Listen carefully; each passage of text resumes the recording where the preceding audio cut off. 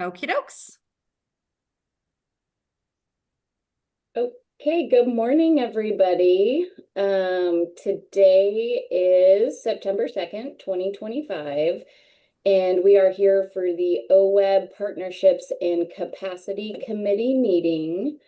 I'd like to remind everyone that the meeting is virtual and that it's being streamed live on OWEB's YouTube channel and recorded. Those watching on YouTube can find the meeting materials in the board and committee section of the OWEB website. Materials are towards the bottom of the page, and viewers can click on the relevant committee and have access to the agenda and the meeting materials as well as past recordings. So we'll go ahead and do a round of introductions. We'll review the agenda and then we'll kind of get into it. So because I have the mic, I'll go first. My name is Lindsay McCleary. I am a public at-large committee board member and co-chair of this committee, and I will pass it to my co-chair, Woody. My name is Woody Wolf. I'm representing the Oregon Water Resources Commission on OWEB, and I am co-chair, admittedly the subservient co-chair, but I am labeled as one. So with that, I'll pass it on to whoever Lindsay says next. Okay, let's go with, we'll do board first and then staff. So I see Aaron. Good morning, everyone. Nice to see your faces. My name is Aaron Curtis, and I am representing the Bureau of Land Management. Awesome, thank you. We'll go Sarah, then Nicole.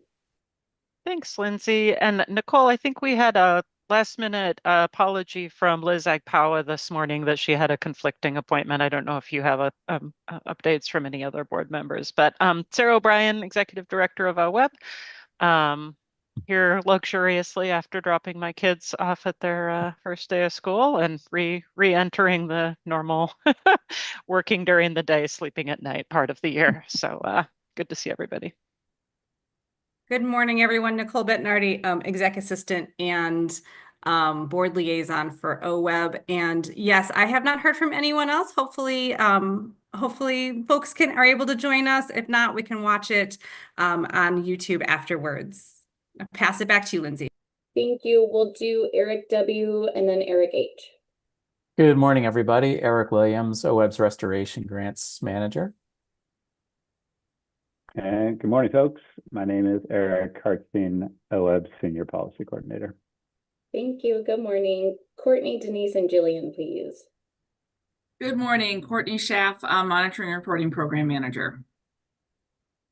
Good morning, Denise Hoffert, one of OWEB's Partnerships Coordinators. Good morning, everyone. Jillian McCarthy here, the other of OWEB's Partnerships Coordinators. Good morning, Heidi, and then we'll move to folks joining us.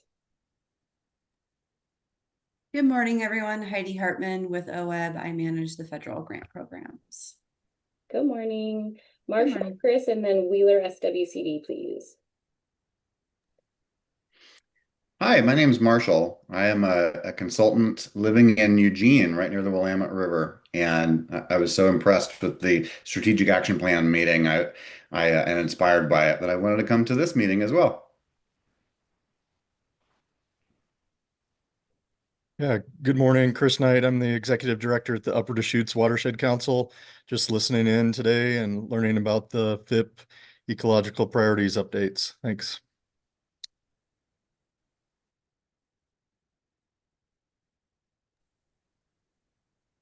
And is Wheeler SWCD able to introduce themselves?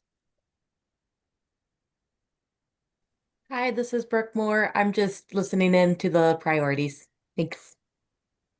Thanks everyone for joining. So we've got a couple items on the agenda. We've moved past welcome and introductions. We're gonna move now into public comment. We're gonna hear about CREP technical assistance, a 101. We will preview the draft FIP ecological priorities, and then we will wrap up and see if there's future topics. It's my understanding that we did not have any written public comment, but now would be the time if folks would like to raise their hand for verbal public comment this morning.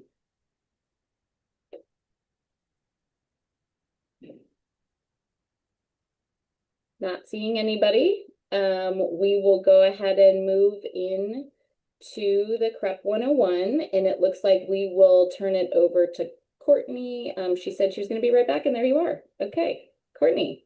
Yes, my daughter had a huge spider on her ceiling and asked mother to intervene this morning. So I had to run up quickly and deal with the large spider and then come back down. So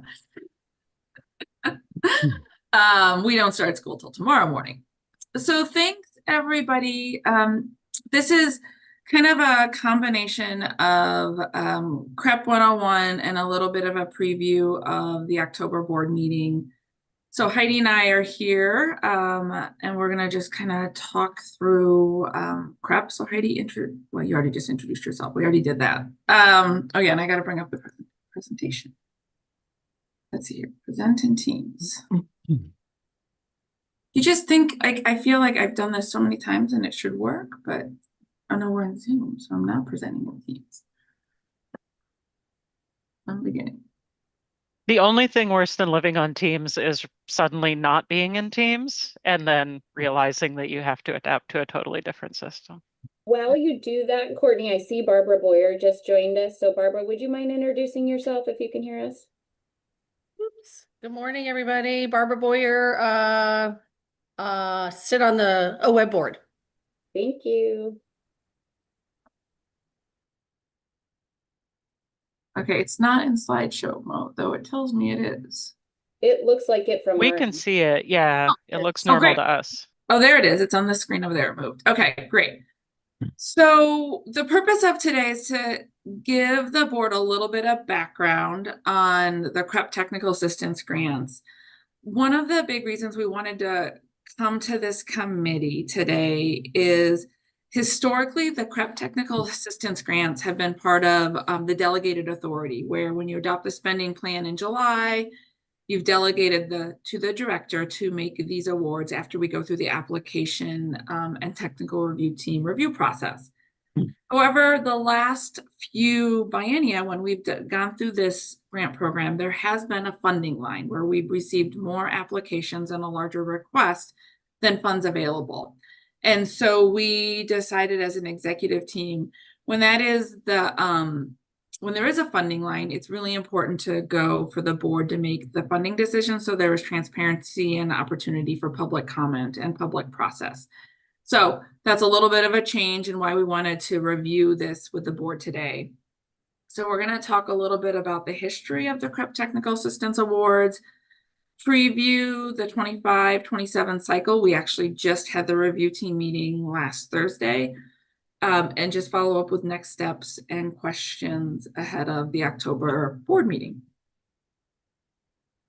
So Heidi.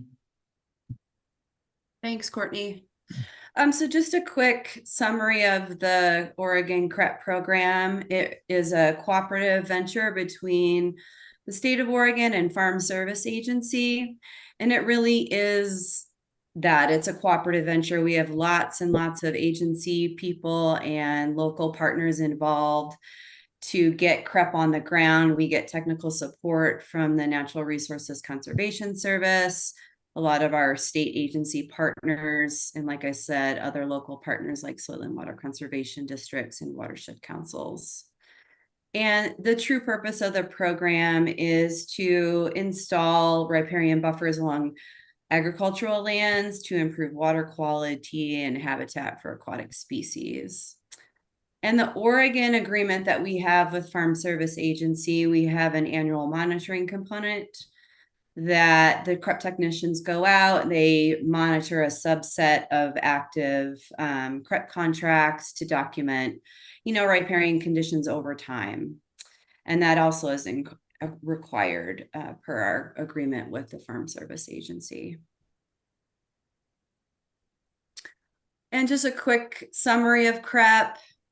In 1998, CREP was established and basically to support riparian buffers on private working lands throughout Oregon to improve riparian function and enhance water quality. Oregon does contribute cost share to the program, 25% of eligible cost share for certain conservation practices, and then 75 for certain water developments. And then we cover all of the costs for the tree protectors, which is in that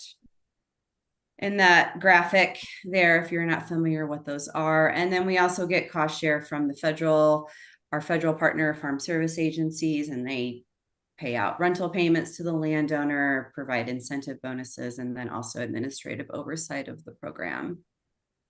And then, as I touched on in the previous slide, we work with several partners. We work with NRCS, the Water Resources Department, Department of Agriculture, and Forestry all work together in this program.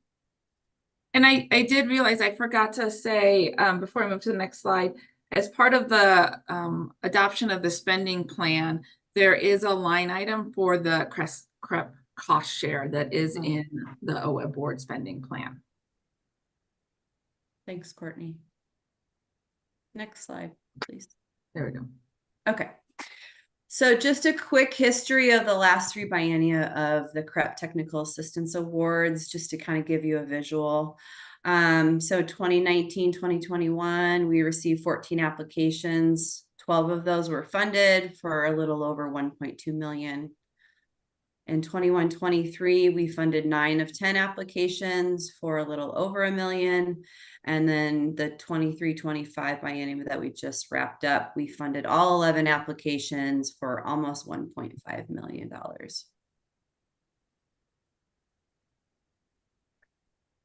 And just a preview of this, this grant offering that we just closed for the 25-27 biennium. We received 14 applications that cover 17 counties. So there are a couple applicants that cover multiple counties, Coos Curry, Yamhill, Marion, and then Deschutes and Jefferson. So we've got some districts that are multi-county districts implementing CREP.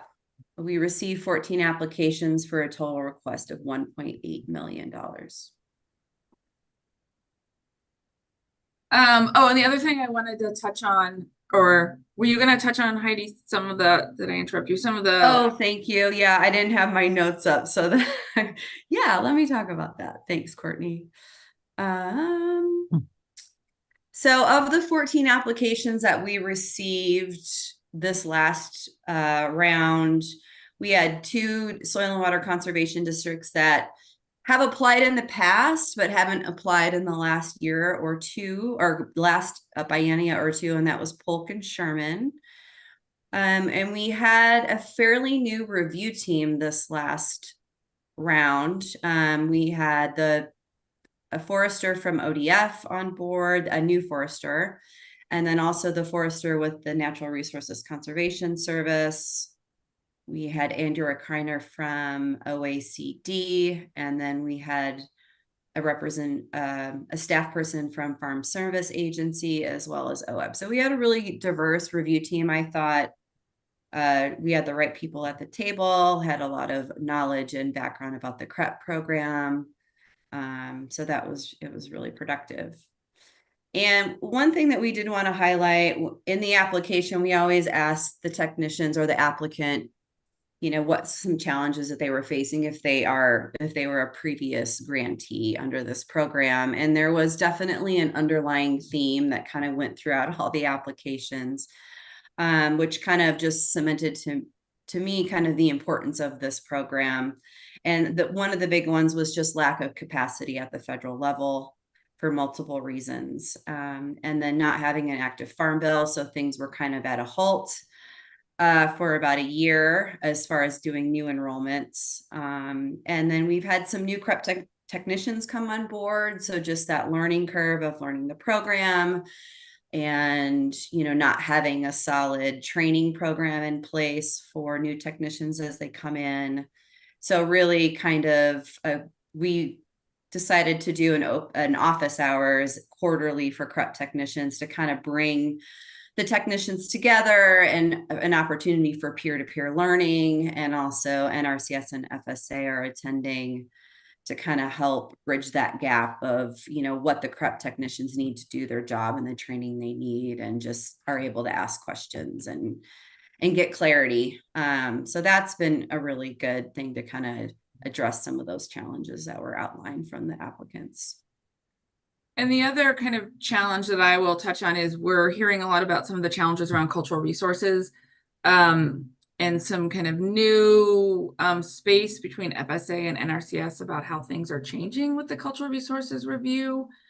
And I'm working closely with both NRCS and FSA to see how we can work together to navigate some of those spaces around cultural resources. But a lot of our grantees a lot of the applicants did a really good job acknowledging that change in process around cultural resources and budgeting in their applications to deal with cultural resource pedestrian surveys when they're needed on the CREP project. So we were excited to kind of see that recognition, and we'll continue to work with FSA and NRCS to bridge that gap to as much as we can as a partner in the program.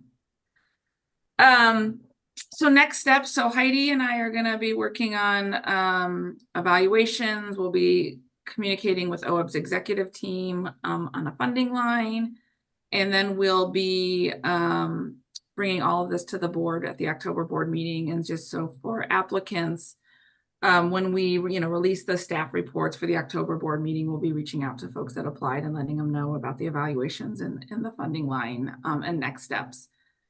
So that's kind of the CREP 101 we wanted to touch base with on the committee today. Are there questions for Heidi or I, or any additional information that we can prepare and bring to the October board meeting? I have a question. Has NRCS committed for technical support? Have they committed to funding technical support yet? We they have reached out and they would like to give us money for technical support, and we are working through the federal cooperative agreement logistics at this time. Okay, thank you.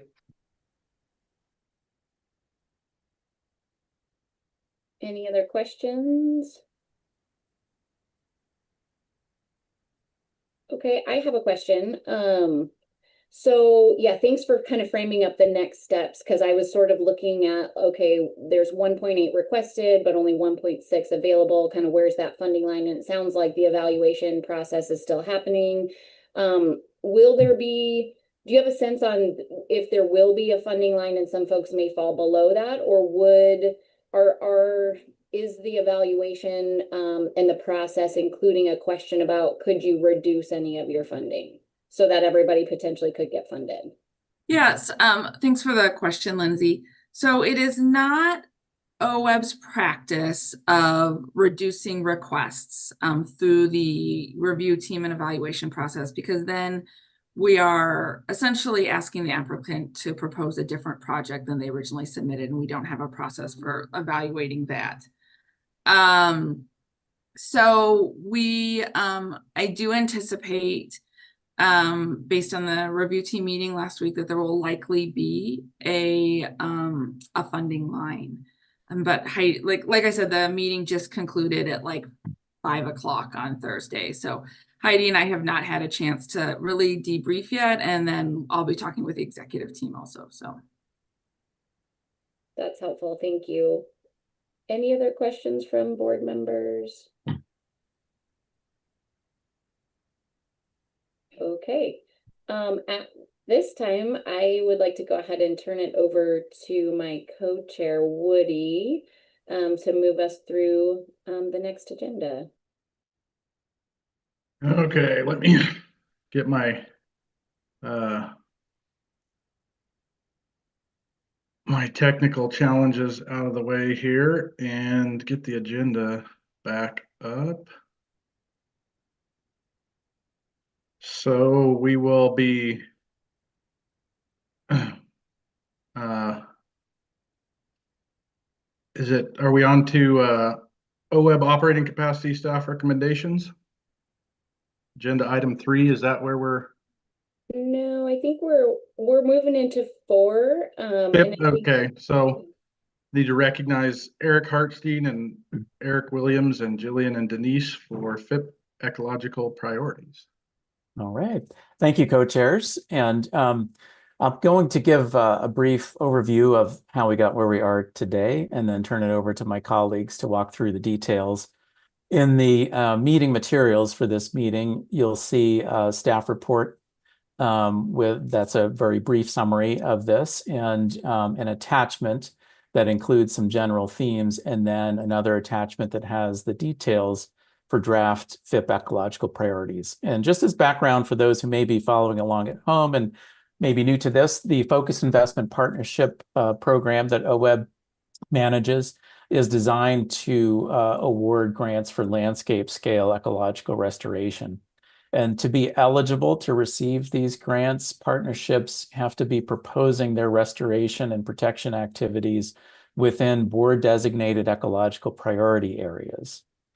And the administrative rules governing the program say that the board revisits these priorities every 5 years. They were first established in 2015 when the FIP program launched. They were revisited in 2020 with some minor adjustments to those priorities given the newness of the program. And here we are with the second 5-year revision. We came to you in March to go over our timeline for doing this, which is designed to culminate in the board adopting revised priorities in January of 2026. And last time we were with you in June, we summarized our engagement activities, which included listening sessions, 4 public listening sessions, a tribal listening session, a broad survey that went out to our grantees. And we talked through some of the results of those surveys and some of the themes that were derived from that engagement. Those themes are summarized in the attachment to the staff report. And you can see there in the attachment how we've characterized some of the themes for each of the priority areas in the program. The one with probably the most revisions that you'll be hearing today is aquatic habitat for what used to be called aquatic habitat for native fish species. A lot of the feedback that we heard was to broaden that a bit to include other non-fish species, so it's aquatic habitat for native species. And also the desire expressed to combine what was a coast coho priority in with this one, given the similarities to the habitat needs and limiting factors that need to be addressed for those. We also heard some feedback to include linkages to the Oregon State Wildlife Action Plan really throughout all of these priorities, and you'll hear more about that coming up. And some edits to things like indicator species in the closed basin wetland habitats, and some updates to key limiting factors and ecological threats for dry forest habitat, as well as in the oak prairie habitat. We've got some mapping changes in a couple of these priorities based on updated information.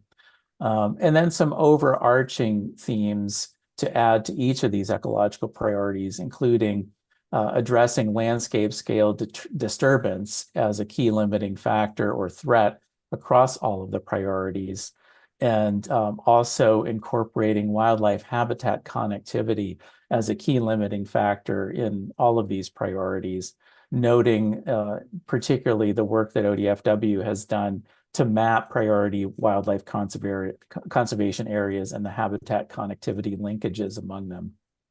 And so those general themes you'll hear about in more detail here from my colleagues as we walk through each of the priorities.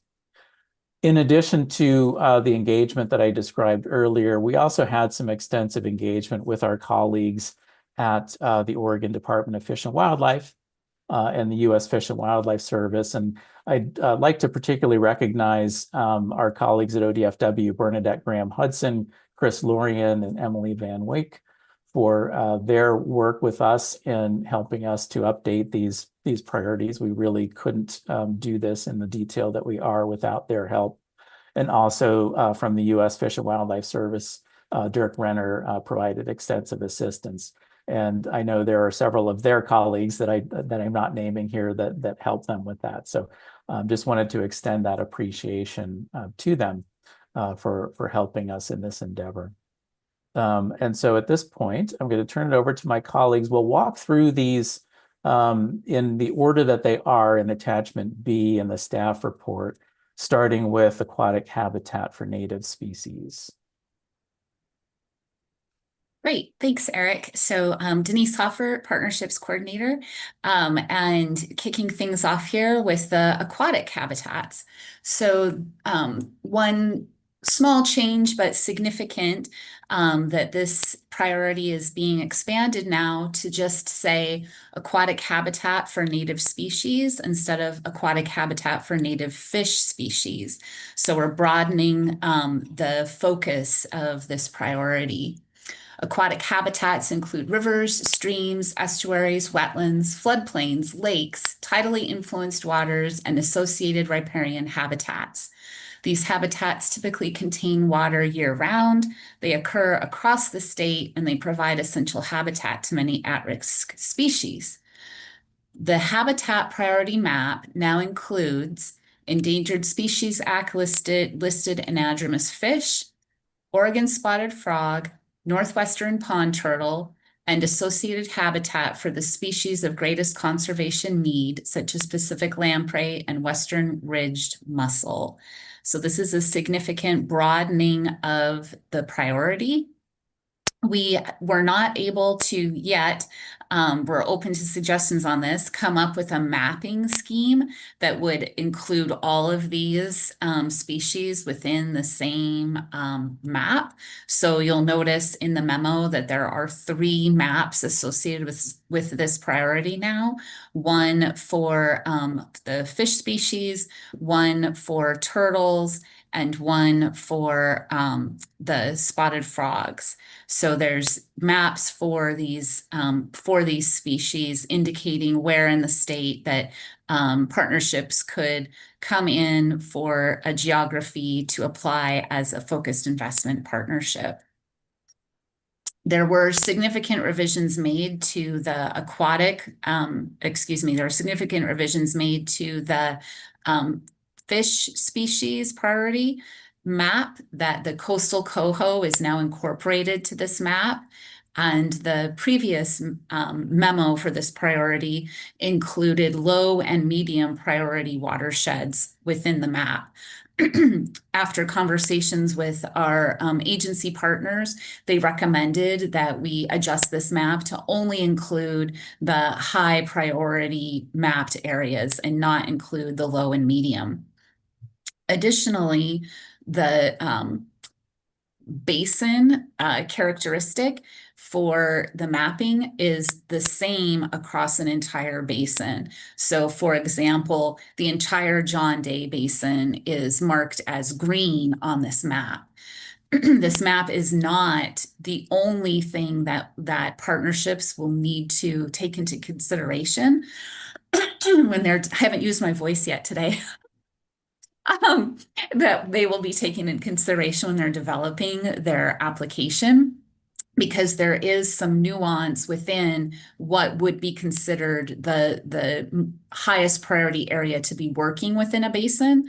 But our agency partners didn't have the same granularity of data across all of these basins to be able to cut them apart into the areas that would be highest priority and areas that were lowest priority. So they expect, and we expect, that partnerships would be working with their local, state, federal, natural resource agency partners and utilizing the state and federal recovery planning to determine the highest priority areas within these prioritized geographies to implement their work on the ground. So I'll just pause there and see if folks have questions about that, because that's a little bit of nuance about the mapping.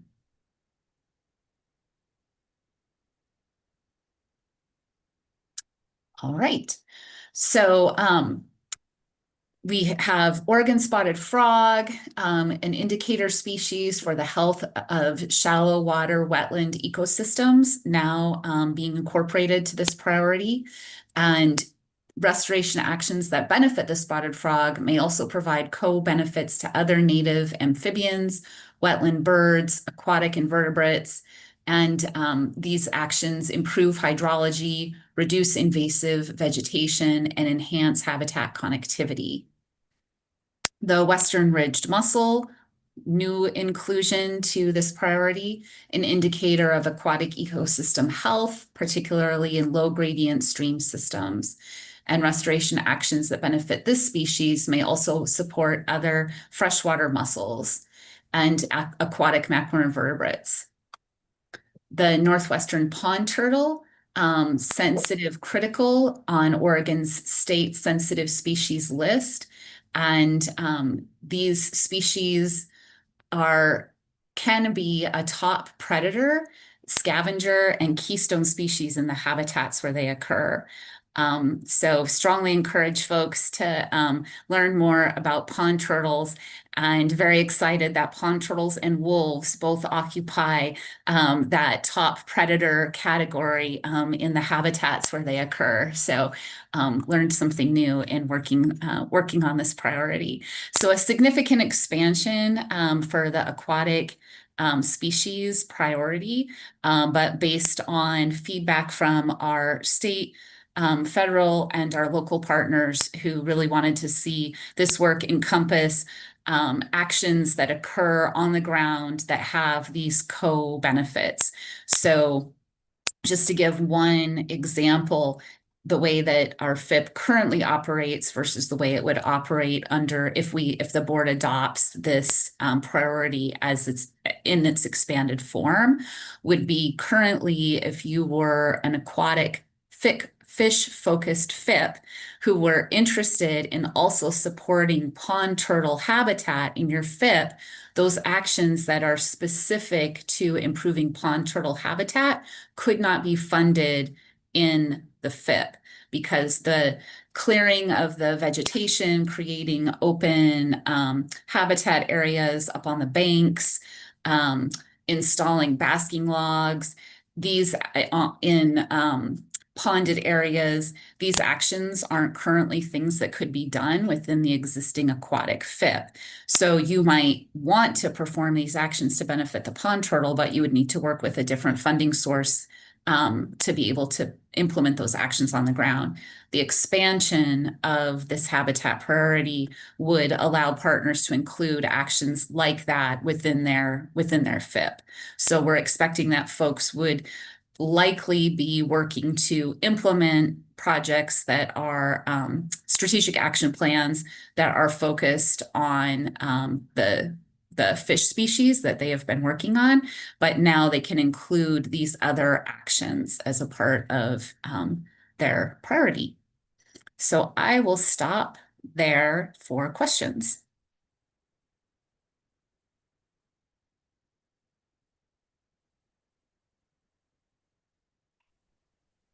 I don't have a question, but I might just chime in and say, fantastic job incorporating lots of data and updated information and mapping for broadening a ecological priority and synthesizing it and making it look like it makes really good sense. So thank you. Great. I have a question. Are there any practices that would become included that may be advantageous to one species but deemed detrimental to another? And how, if so, how would you handle whether that could be funded or not? That is a good question, Woody, and I'm not aware of any actions that would be beneficial to one species but detrimental to another that we would be recommending here. I haven't seen that come up yet. So I saw Eric's microphone come off.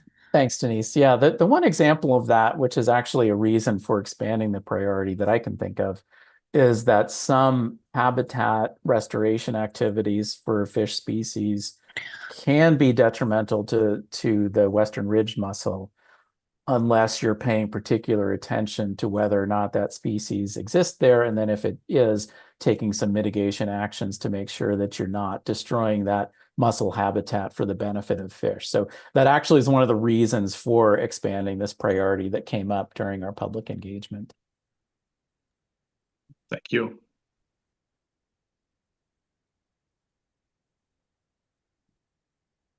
All right, I'll turn it over to Jillian for Closed Lake Basin. Thanks, Denise. So this one's going to feel like kind of a softball, I think, compared to the one Denise just went through. So for the closed lake basin wetlands habitats, there are really only minor changes to the priority, and that was primarily to bring it into alignment with Oregon's State Wildlife Action Plan. Attachment A does note that there were substantial edits to indicator species, but the edits actually did end up being relatively minor, again, to bring those species into alignment with the swap. And to note that many species of greatest conservation need that are identified in the swap do use this habitat type. So there were updates to the plans and links to the plans that are referenced in the priority memo, minor updates to the language throughout the memo, but generally everything else, including the map, remains the same as the previous memo that was updated in 2020. As Eric mentioned earlier, the landscape scale disturbance and wildlife habitat connectivity key limiting factors were also added to this priority. So that is it for this one. I'm not sure if folks have questions based on their reading of it. Okay. Seeing none, we're going to move into coastal estuaries habitat. And so this one is also a softball here. Again, only minor changes to the priority. Perhaps the most significant change is the slight name change. It was coastal estuaries, which we felt was a bit redundant. And so simply the change to estuaries habitat. Again, changes bring the priority into alignment with the State Wildlife Action Plan. Again, updated links to updated references and links to the plans and the memo. The map remains the same, and in general, language remains the same.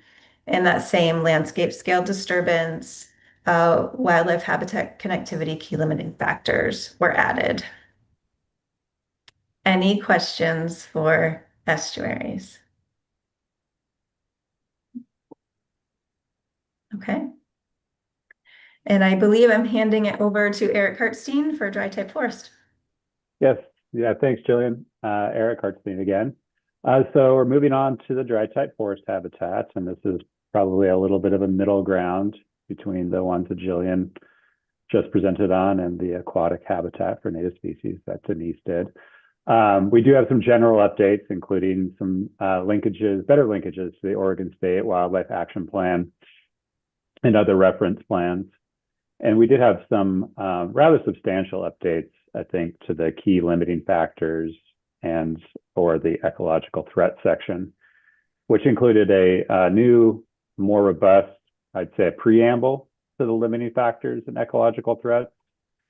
And then based on comments that we received through the engagement process, in particular, the OSU Extension Service Fire Program team, who provided some really fantastic comments to OWEB through that engagement process. We did expand on the language in this section, and including adding an important limiting factor around the lack of land management capacity to implement certain actions like prescribed or cultural burns. So the two bullet points that apply across all the draft ecological priorities that Eric mentioned earlier, I wanted to spend a little bit of time here because I think they really apply most distinctly probably to this habitat priority, and that is the post-disturbance, that is wildfire or flooding, et cetera. Restoration actions addressing landscape scale disturbance may be eligible for funding through the FIP program. And this has been in response to comments that were received through the engagement process and would apply to both the initiative applications as well as adjustments made to a FIP initiative if during the course of their FIP something like a wildfire were to occur within their FIP geographic boundary. And we would ask if the activity that they're proposing to do is outside a board-approved work plan for that FIP. We would be asking for the partnership to formally ask the board for an adjustment to the work plan in order to address that disturbance. And so the other new ecological threat that would apply across all of the draft priority memos now is, as Eric mentioned, the wildlife habitat connectivity, which points to the ODFW maps that prioritize areas in the state for connectivity. And this would allow for actions that would enhance these areas to be eligible in a FIP initiative. And there's some pretty substantial revisions to the map here. And I'm just going to share my screen and show it to you all.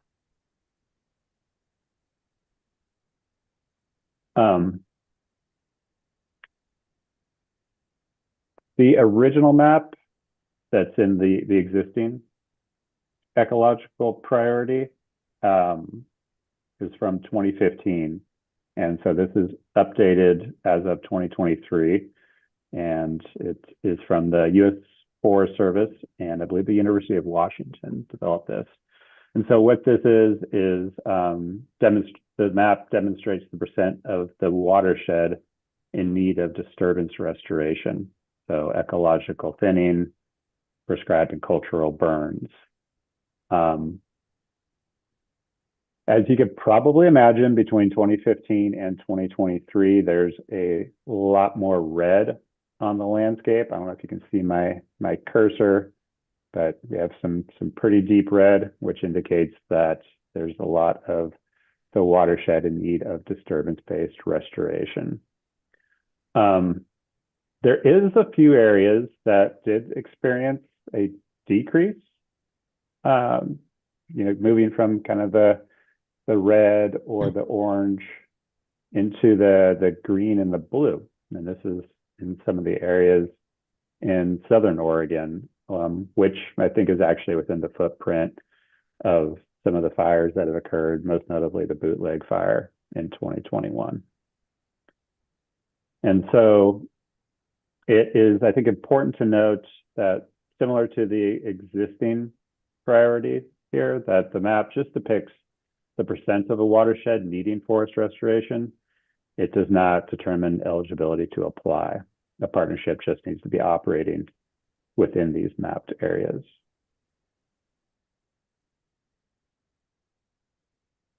So I will stop there and see if there's any questions.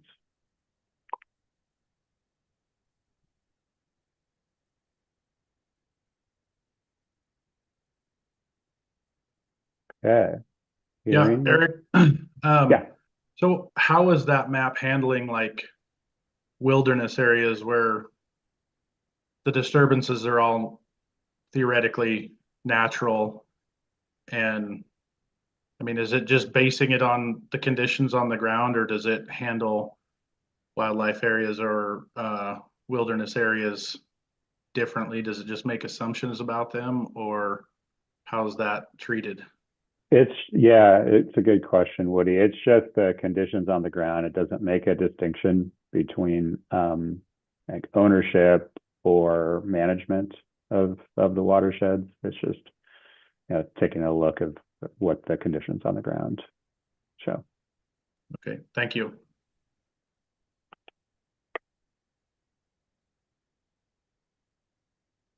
Okay, so if there's no other questions, I think I'm sending it back to Denise for some oak talk.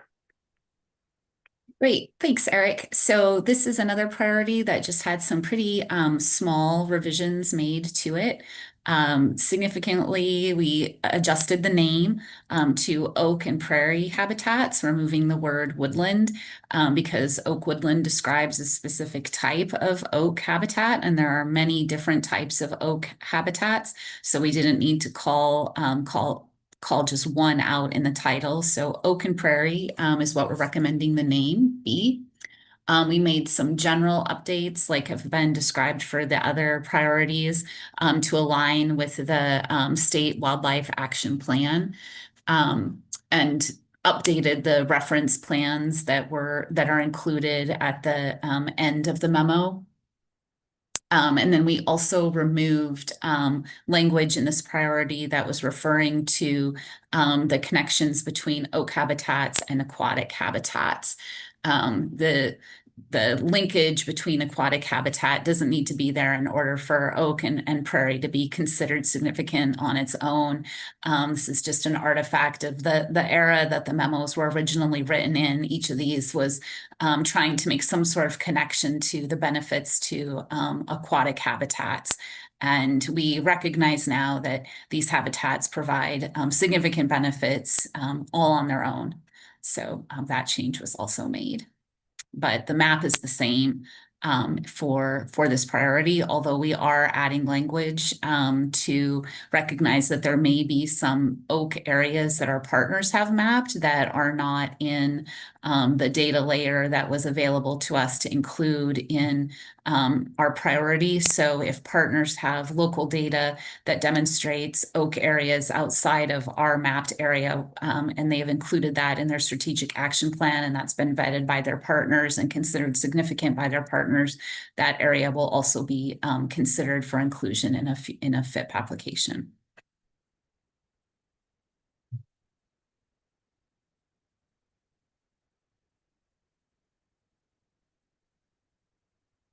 There aren't any questions about this one. I'll turn it back over to Hartstein for sagebrush, sage steppe.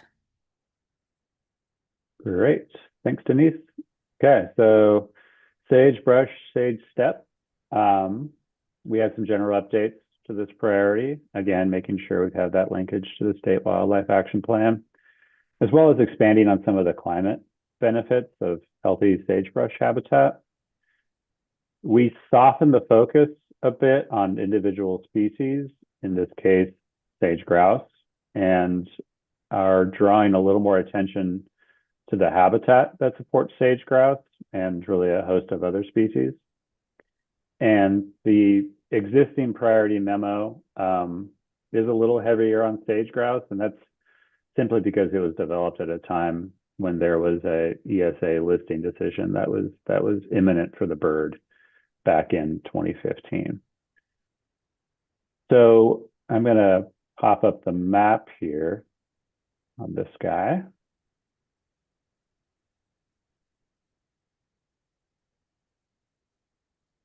And show that we've reflected a little bit of this softening on the sage grouse. And this is reflected in the map, which currently feature both the core and the low density sage grouse habitats. That's sort of in these hatch mark areas. And we've updated that to include the most updated sage grouse habitat from ODFW, which is aligned with the U.S. Fish and Wildlife Service priority areas for conservation. Sometimes they're referred to as PACs, sage grouse PACs. And what's really new in this map is that we've expanded it to include the healthy areas of sagebrush, along with growth opportunity areas. And those are the areas that you've seen in kind of dark or a little bit lighter green. So this is the sagebrush and then also the sage grouse. So the sagebrush areas were part of something called the Sagebrush Conservation Design Program that includes a number of entities here in Oregon, including Oregon State University, Institute for Natural Resources, and the USDA Agricultural Research Service. And I think you'll see here that the map shows that there is a lot of overlap between both the sage grouse habitat and some of the best opportunities to conserve and grow sagebrush areas. But if you look closely, you'll see that there's areas where there's not overlap. You know, this area kind of just north of Burns has significant sage grouse habitat, but we haven't, it has not identified in the sagebrush areas. And then some of these areas just kind of south of the Malheur National Wildlife Refuge, you see a lot of green there for, in this case, growth opportunity areas for sagebrush, but not necessarily places where sage grouse are inhabiting. So I will stop sharing and see if there's any questions on sagebrush, sage steppe.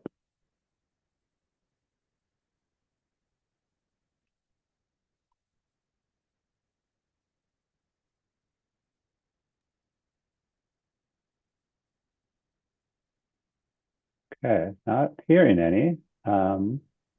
If I go back to you, Eric, to close this up. Yeah, thanks, Eric. What our plan is from here forward is we'll be actually having an agenda item on this at the October board meeting. So board members here in this committee will be the most fully informed about it.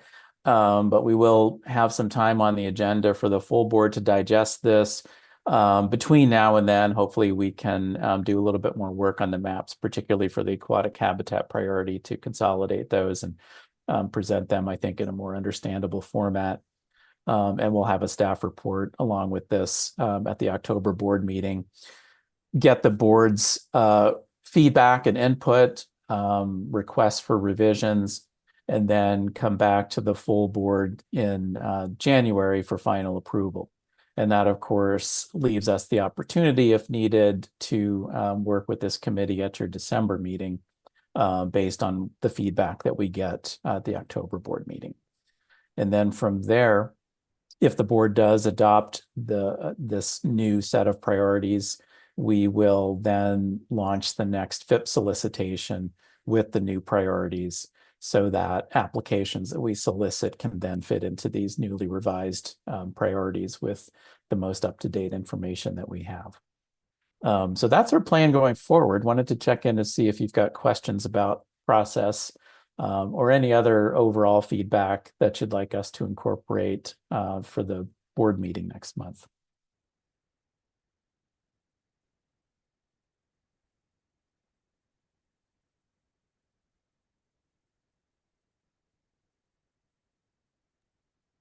All right, and if not, we will present this to the full board in October. You'll see the revised maps and information in the staff reports ahead of that meeting, and look forward to more discussion on it. So thank you. Eric, I thought we could pretend that we're going to ask committee members to do the presentation at the October meeting so that they, review all the materials and come fully prepared. But I think there will be actually a relatively short committee report out and then a staff-led update on this topic, right? That's right. Yes, this committee's report will include a summary of this conversation today. And then we felt that we might want to give the full board more agenda time, kind of following our standard practice where we don't ask the board to make major decisions in one fell swoop. We tend to bring agenda items at one meeting and then ask for final action at a subsequent meeting. And so we're going to follow that process for the FIP ecological priority updates.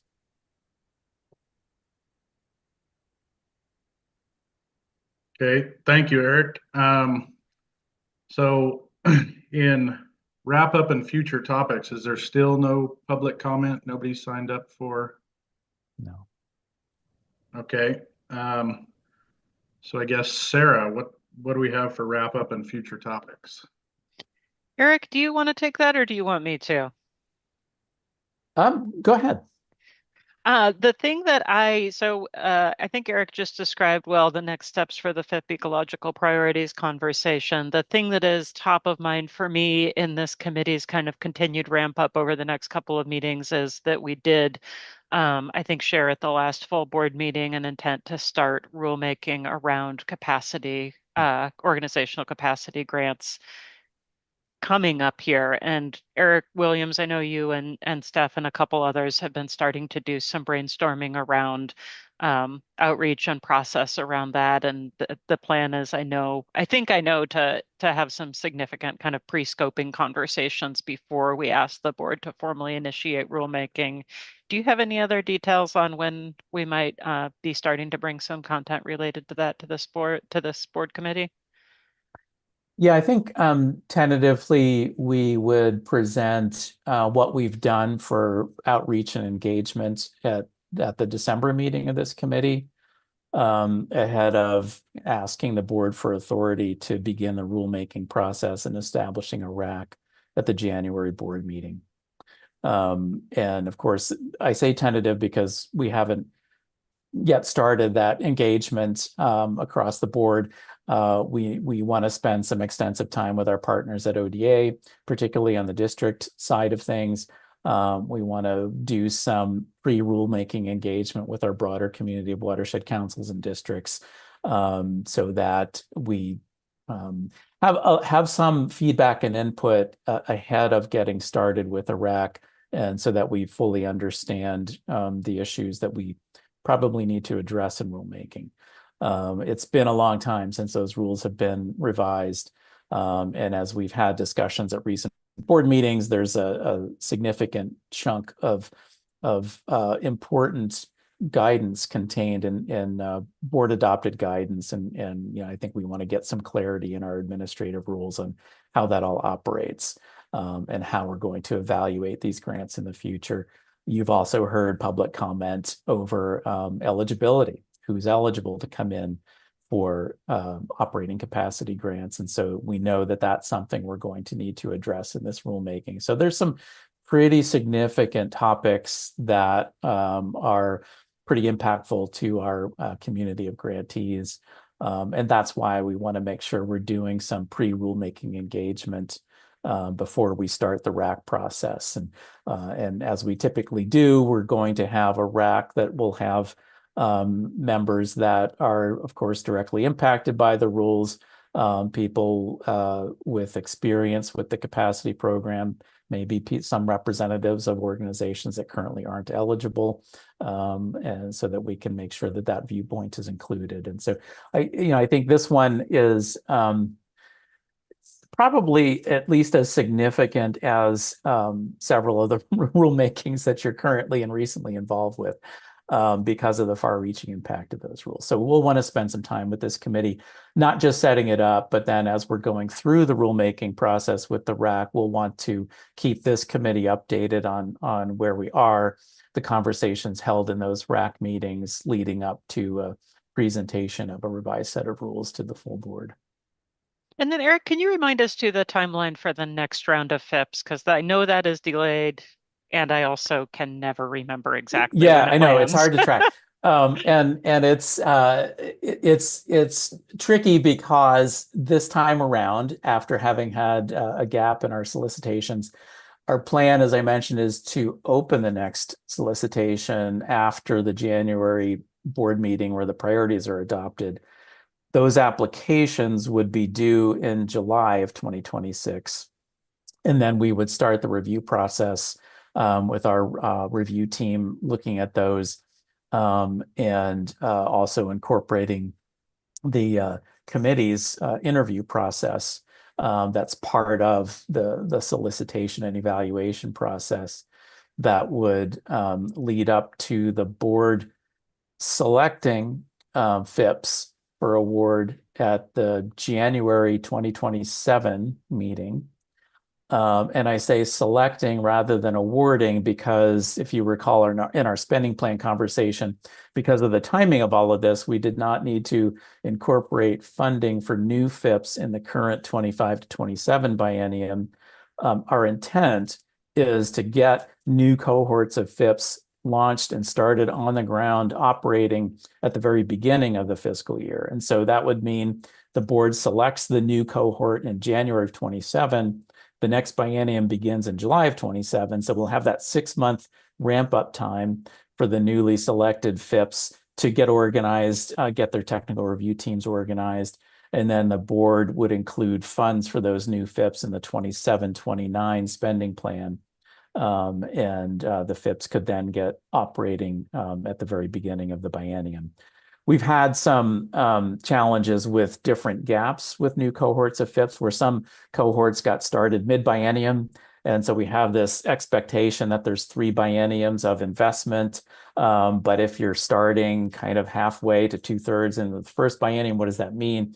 And so we're just trying to get on a more regular cycle so that new FIP cohorts can get started at the beginning of a biennium.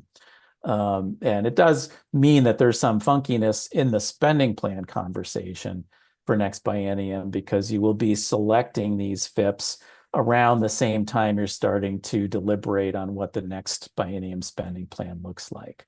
And so that FIP selection will inform the dollar amount that we put in the recommended 27-29 spending plan for the new cohort of FIPs. And since it's taken me about 5 minutes to explain all of that, I'm considering getting this tattooed on the back of my hand, to tell you the truth, Eric, and then I'll still have one hand left for the following cycle but too. it validates your question, just because It it does can make be me feel like it confusing. was a good question to ask, actually. I Yeah. appreciate that. So I would thank you, Eric, for the clarification. And I think the top line message for both of those with for committee members is this committee has had the luxury of a little slower launch than the Acquisitions and Restoration Committee that's pretty substantially focused on the land acquisitions modernization process. And that's partially just because we don't like to open up too many big change things at the same time. And we want to make sure that we have staff available for kind of good continuity and outreach as we're opening up this capacity rulemaking, both pre-scoping and the actual rulemaking process. But it's coming. So not that the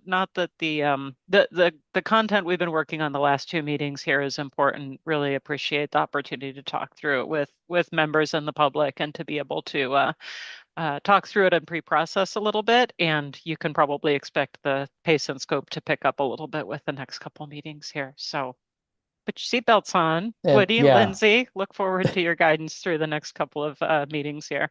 And as a reminder, that interview process for FIP applicants, this committee interviews each applicant partnership in public session as part of the review and evaluation process to select that next cohort of FIP. So that is unusual among our committee structures. It's an unusual role, a unique role, I guess I should say, for this committee. And one that's a bit more intensive because depending on the number of applicants we get, that will dictate the length of that interview meeting. And in the past, we have had to break that up into 2 half-day sessions with a large number of applicants. And Jillian, Eric, go ahead. I bet we were going to say the same thing, which is that recognizing all of the dates and times and board meetings that go into the next FIP solicitation. The website for FIP has been updated with the next FIP grant offering, and those dates and years and months of the board meetings are articulated there. So if folks want to reference that, it is there on the FIP website.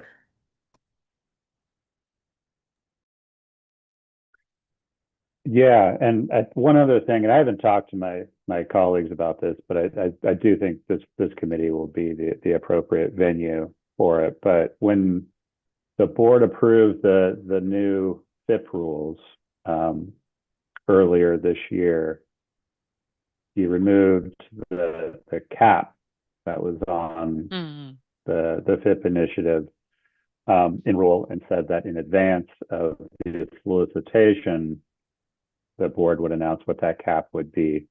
So when Eric walked through the timeline, after the board meeting in January is when we expect that the solicitation will be announced. So I think at the next committee meeting, we may have some staff recommendations on the caps for FIP initiatives for the next biennium to run by. That's a really good point, Eric. And we'll have at least one more state revenue forecast to lean on at that point to give us hopefully a little better idea of where lottery revenue might be headed on that timeline. Well, we keep thinking of more stuff for the committee to do the longer we talk here. Lindsay and Woody, you might want to rein us in, unless Eric Williams, you have anything else you want to make sure we have on our long-term agenda here? Nothing else for me. Thanks. Thanks, guys.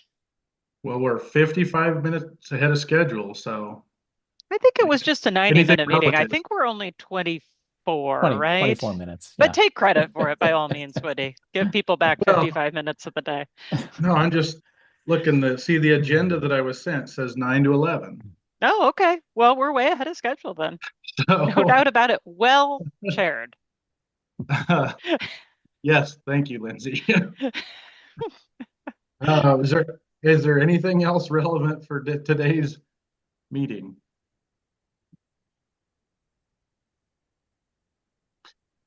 Well, hearing nothing, I guess I look forward to seeing y'all next time. Thanks for being Thanks, with us everybody. today, you guys. Thanks for the conversation and the presentation, and we hope to see you all in October.